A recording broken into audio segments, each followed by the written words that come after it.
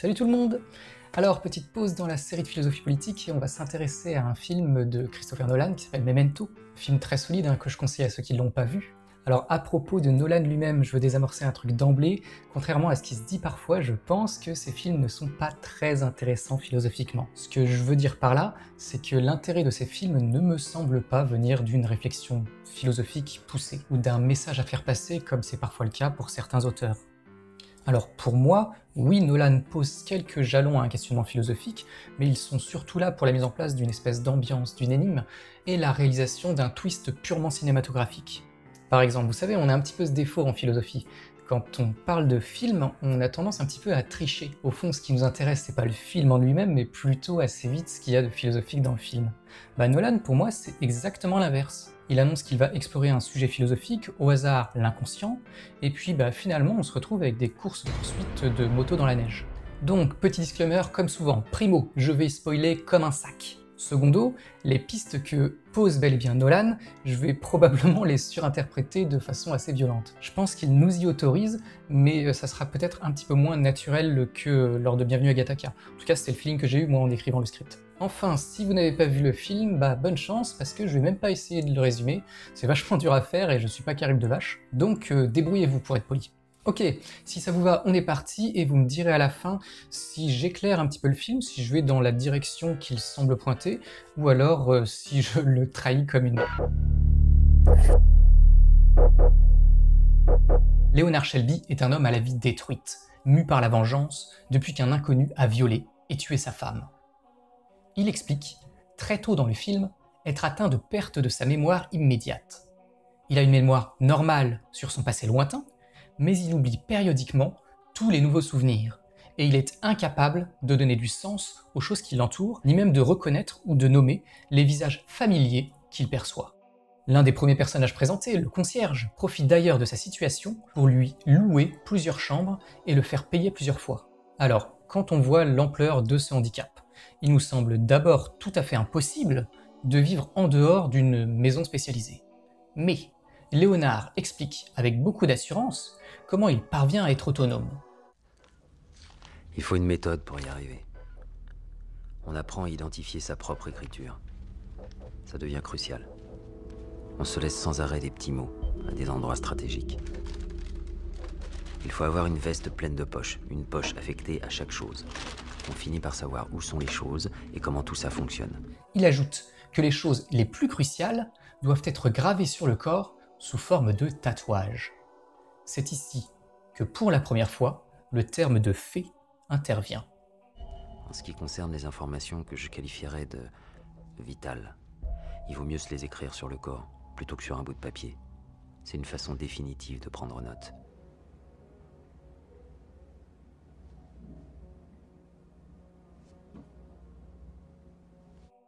De ce point de vue, si l'on généralise le propos de Shelby à toute recherche de la vérité, à tout questionnement au sein de notre quotidien où l'illusion est si courante, il semble alors que la clé de la réussite soit une méthode solide, répétitive, suffisamment simple et ordonnée pour devenir mécanique.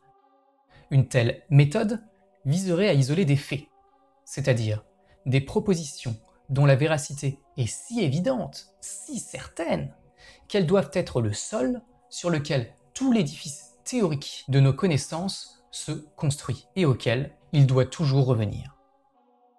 Nous ne sommes pas loin ici d'une méthode déductive à la Descartes. Après tout, la méthode cartésienne est bel et bien simple, puisqu'il s'agit de 4 propositions que l'on peut retenir par cœur. Elle est répétitive, puisqu'il s'agit de façonner une chaîne de logique maillon après maillon. Et son fondement, cogito ergo sum, et son aboutissement, la science, s'approchent tous les deux du domaine du fait, de l'évidence. Elle cherche l'objectivité. Le fait se présente alors comme appartenant à la réalité même, comme étant indépendant du sujet qui le saisit ou qui l'énonce. On peut penser à l'usage des statistiques par exemple, en ce que la force écrasante de celles-ci viennent de ce qu'elles se présentent comme des faits objectifs venant balayer les fausses opinions. En histoire, une telle recherche des faits correspond peu ou prou à l'école méthodique, ou encore école historique, qui entend instaurer chez l'historien la neutralité la plus parfaite possible vis-à-vis de l'histoire. Tout le travail de l'historien est alors de retrouver, au travers d'un travail sur les sources notamment, les faits historiques indubitables qui auraient existé tels quels dans le passé. Il faudrait, en ce sens, se méfier des domaines de l'interprétation, de l'analyse des faits, en ce que ceux-ci peuvent être douteux. Cette thèse de l'école méthodique, mettre en place une méthode rigoureuse permettant de parvenir aux faits les plus évidents possibles, est étonnamment proche de celle que Shelby pose lorsque, désarçonné, il explique à Nathalie sa vision du monde. À la remarque « on peut toujours tout remettre en question, on n'est jamais sûr de rien », qui semble aller dans le sens d'une impossibilité de résister au relativisme, il répond ceci. Il y a des choses qu'on sait de façon certaine. Lesquelles? Je sais le bruit que je vais produire en faisant ça. Je sais que ce cendrier pèse un certain poids. D'accord? Des certitudes. Il y a une mémoire qu'on remet pas en question. Alors, ces faits dont il parle, bien entendu, ils ne sont pas du tout certains. Et prendre l'exemple des sens, qui nous trompent si souvent, pour parler de choses certaines, est symptomatique de la confusion dans laquelle s'est enfermé le héros. La thèse de l'indubitabilité des faits apparaît comme un moyen de se rassurer contre un monde perçu comme absurde. Je sens le monde. Et elle...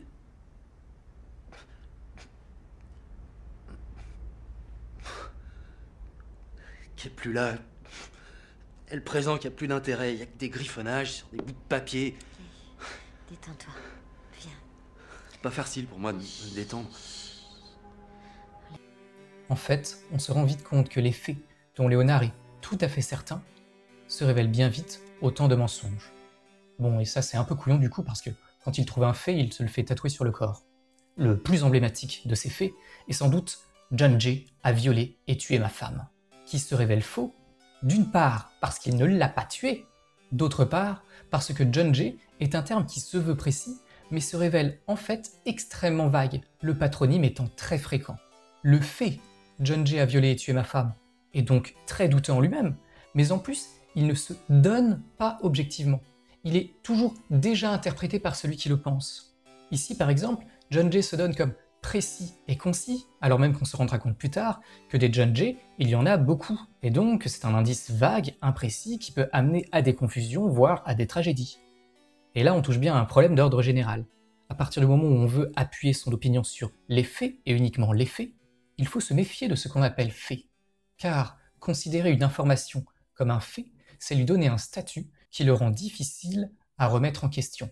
On l'accepte comme allant de soi.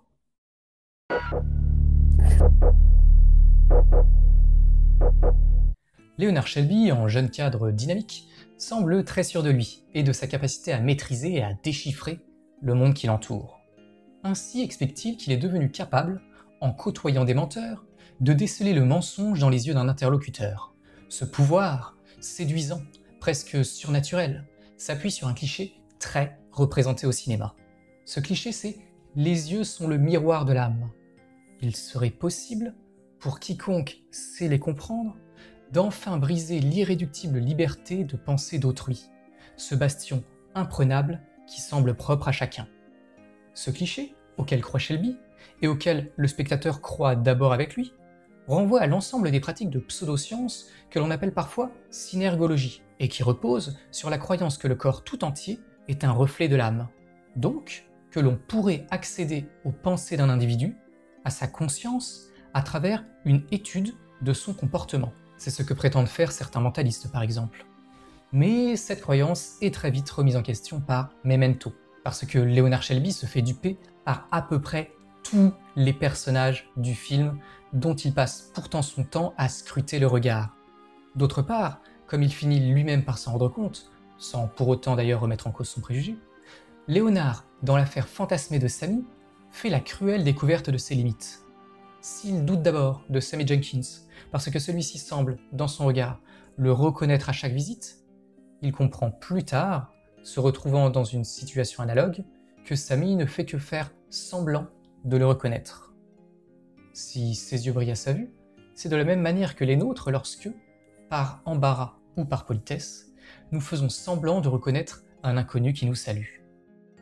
En d'autres termes, Si l'on veut à nouveau sortir du film, pour atteindre un niveau plus général, notre perception est toujours déjà une interprétation. Il n'y a pas de sens à considérer que la perception elle-même n'est que d'ordre physique, qu'elle est objective, et que c'est notre esprit qui vient ensuite à nous tromper. Au contraire, la pure perception physique et le traitement des données se font de manière simultanée. Notre perception est toujours déjà une interprétation, notre perception est dirigée par nos préjugés. Grand sujet qui a donné le titre du film, notre mémoire semble être le fondement d'une identité dite personnelle. Par ce terme, identité personnelle, on entend différencier ce qui nous définit en tant qu'individu, en tant que liberté à part entière, de ce qui nous définit en tant que membre d'un groupe, par exemple jeune, prof, orné, beau gosse, etc. L'un des procédés qui sous-tend nombre d'insultes, et dont il est difficile de prendre conscience, revient d'ailleurs à renier l'identité personnelle que l'on réduit à une identité collective, ne représentant qu'une partie de nous-mêmes. Ainsi, si je dis « tu ne peux pas comprendre, t'es un élève », ou même « tu ne peux pas comprendre, t'es un littéraire », outre tout un ensemble de sous-entendus injurieux, j'entends par là pouvoir réduire mon interlocuteur au groupe dont il est parti. Il est peut-être fier d'être un élève, il est peut-être fier d'être un littéraire, mais il est injurieux d'être réduit au fait d'être un élève, ou d'être réduit au fait d'être un littéraire. Au contraire de ce qui nous définit en tant que membre d'un groupe, il semble qu'il existe une identité personnelle, spécifique, née des perceptions toujours bien particulières que j'ai des choses, de la mémoire que j'ai de chaque instant. Et cette identité, si elle est peut-être proche de celle d'amis ou de ma famille, elle est dans son détail absolument unique. Nul n'a vécu ce que j'ai vécu. Toute la question est alors de savoir si cette identité personnelle est, ou non, réductible à nos expériences, ou nos souvenirs de ces expériences. Memento semble dans un premier temps soutenir une réponse plutôt négative. Le personnage principal acquiert de nouvelles expériences marquantes qu'il perd à chaque crise d'amnésie. Donc, ces expériences devraient nous permettre de différencier une personnalité différente lors de chaque scène si son identité se réduisait à sa mémoire. Et au contraire, ni la trahison de Nathalie, ni les différents coups du sort, ni la révélation finale ne semblent le changer. Quelque chose en lui demeure identique au fur et à mesure du temps. On pourrait presque faire une liste non exhaustive des qualités qui le caractérisent. Il est sûr de lui, capable d'humour caustique, et cette contenance lui permet une forte résilience par rapport à son handicap, qui le laisse néanmoins logiquement sujet à des moments de doute. Il semble être sensible, voire un peu naïf. Par contre, il faut se méfier quand d'autres vous notent des trucs qu'on risque de ne pas comprendre, ou qui peuvent prêter à confusion. Je sais pas pourquoi, mais les gens ont tendance à essayer de profiter de la situation. Il est aussi capable de sang-froid, comme lorsqu'il retrouve un corps ligoté dans ce qu'il croit être le placard de sa chambre. Bon, ok. Donc il y a du sens avec ce film à défendre qu'il n'y a qu'un seul Léonard, une identité personnelle, indépendante de la mémoire. Mais l'interprétation des Léonards reste néanmoins possible sur la base du même constat, car à bien y réfléchir, on peut aussi défendre que Léonard, s'il demeure le même corps, le même homme en ce sens, a autant d'identité que de crises d'amnésie au fur et à mesure de ce film. Certes, on l'a vu plus haut, il semble demeurer le même. Mais on peut tout à fait expliquer cela par le fait même qu'il conserve justement une partie de sa mémoire. Il se souvient de son enfance, de son adolescence, etc. En revanche, à bien y réfléchir, on le découvre tout en contrôle dans un premier passage, puis sensible et fragile lorsque Nathalie paraît l'aider par sympathie. Il est violent et cynique lors de la course-poursuite et la découverte du corps dans le placard, puis touchant, mais dérangeant et inquiétant lors de l'épisode de la Call Girl, avant, enfin, d'être délibérément méchant et manipulateur lors de la révélation finale où il renie tout ce qui le caractérisait jusqu'ici, c'est-à-dire le désir de vengeance. De ce point de vue, je ne sais pas si vous le voyez, mais on peut défendre que Léonard ne fait que réagir à chaque nouvelle expérience. Il a un fond qui demeure le même, mais qui est fonction de ses souvenirs d'enfance, et il a un comportement très différent, des qualités morales tout à fait changeantes, suivant les souvenirs que sa mémoire immédiate peut supporter. Cette idée de plusieurs Léonards se succédant au fur et à mesure qu'il perd sa mémoire rejoint plutôt la thèse de Hume, qui fait de l'identité personnelle une simple unité de nos perceptions, une sorte de croyance, de fiction, qui nous permet, pour des raisons pratiques, de nous considérer comme étant un individu. De ce point de vue, je ne suis que mes perceptions, et le souvenir de mes perceptions. Je, en tant que moi unique et permanent, qui se perpétuerait dans le temps, n'existe tout simplement pas. Le moi est une fiction qui nous est fort utile, mais nous perdons au fur et à mesure de notre vie tout un ensemble de souvenirs, nous changeons donc d'identité au fur et à mesure de notre vie, et nous devenons quelqu'un d'autre en permanence. Hume l'énonce ainsi. Pour ma part, quand j'entre le plus intimement dans ce que j'appelle moi-même, je bute toujours sur quelque perception particulière ou sur une autre, de chaud ou de froid, de lumière ou d'ombre, d'amour ou de haine, de douleur ou de plaisir. Je ne peux jamais, à aucun moment, me saisir moi-même dans une perception. Et jamais je ne puis observer autre chose que la perception. Quand mes perceptions sont supprimées pour un temps, comme par un sommeil profond, aussi longtemps que je suis sans conscience de moi-même, on peut vraiment dire que je n'existe pas.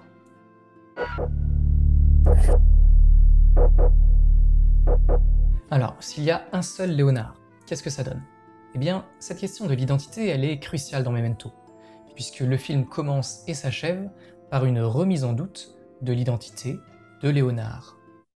Tu ne sais pas qui tu es. Je m'appelle Léonard Shelby, je suis de San Francisco. Ça, c'était toi, avant. C'est pas celui que tu es devenu depuis. Tu ne sais même pas qui tu es. Si, je le sais. Je suis pas amnésique. Je me souviens de tout jusqu'au moment de l'incident. Je m'appelle Léonard Shelby, j'habite San Francisco. Ça, c'était toi avant. Tu ne sais pas qui tu es maintenant.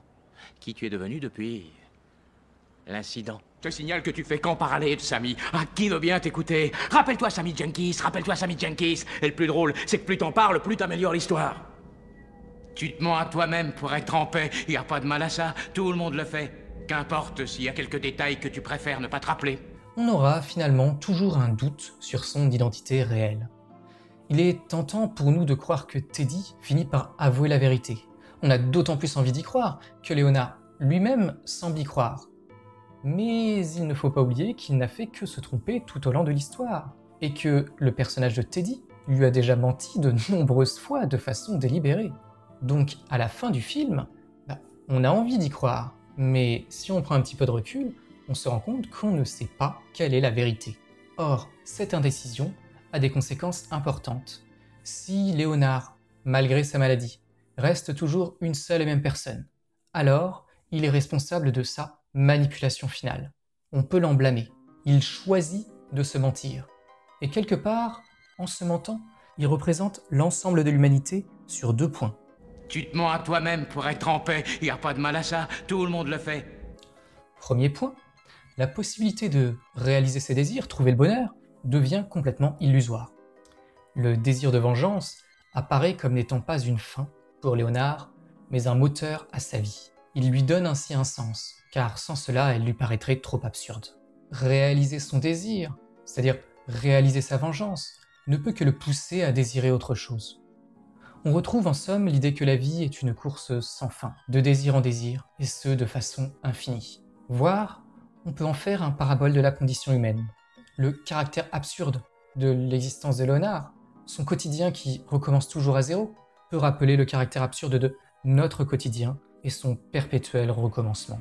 C'est le métro, boulot, dodo. Et on peut, dans ce cas-là, penser au mythe de Sisyphe d'Albert Camus. Camus, pour illustrer la vacuité de nos vies, rappelle le tourment du fondateur de Corinthe, condamné à hisser chaque jour une pierre au sommet d'une montagne, pierre qui chaque jour roule jusqu'à son pied. Si, comme Sisyphe ou Léonard, nous vivons une vie vide de sens, il faut, cas un cas, inventer nous-mêmes un sens à cette vie. Peut-être est-ce cela que fait Léonard en réinventant périodiquement John Jay, sa némésis. Mais au-delà du caractère absurde de son quotidien, Léonard peut nous représenter en un second point. Peut-être figure-t-il cette mauvaise foi qui, d'après Sartre, caractérise notre existence. Il est en général difficile de penser le phénomène de mauvaise foi, parce que le trompeur y est aussi le trompé, ce qui semble impossible. A priori, si je dis un mensonge, je peux pas y croire, puisque c'est moi qui mens, donc je suis au courant que c'est un mensonge. Mais si je suis au courant que c'est un mensonge, bah je peux pas y croire, puisque bah je sais que c'est un mensonge, donc que c'est pas la vérité. Bref, Memento évite cet écueil en rétablissant une dualité entre le trompeur et le trompé au sein d'un même individu par l'intermédiaire de la perte de mémoire. Léonard trouve un certain réconfort dans son rôle de vengeur, qui lui donne une façon toute trouvée de réagir face au monde et aux hommes. Tu crois que je fabrique un nouveau puzzle? Un nouveau John G à retrouver? Tu es un John G. Tu peux très bien être le mien. Il se réduit à ce rôle, ce à un tel point qu'il le grave sur son propre corps pour que chaque jour, le reflet du miroir le renforce. Lorsque, confronté à sa liberté, au fait qu'il ne peut pas se réduire à ce rôle, puisqu'il est déjà vengé, lorsqu'ainsi, il se retrouve face à un abîme, la possibilité d'être tout ce qu'il veut à présent.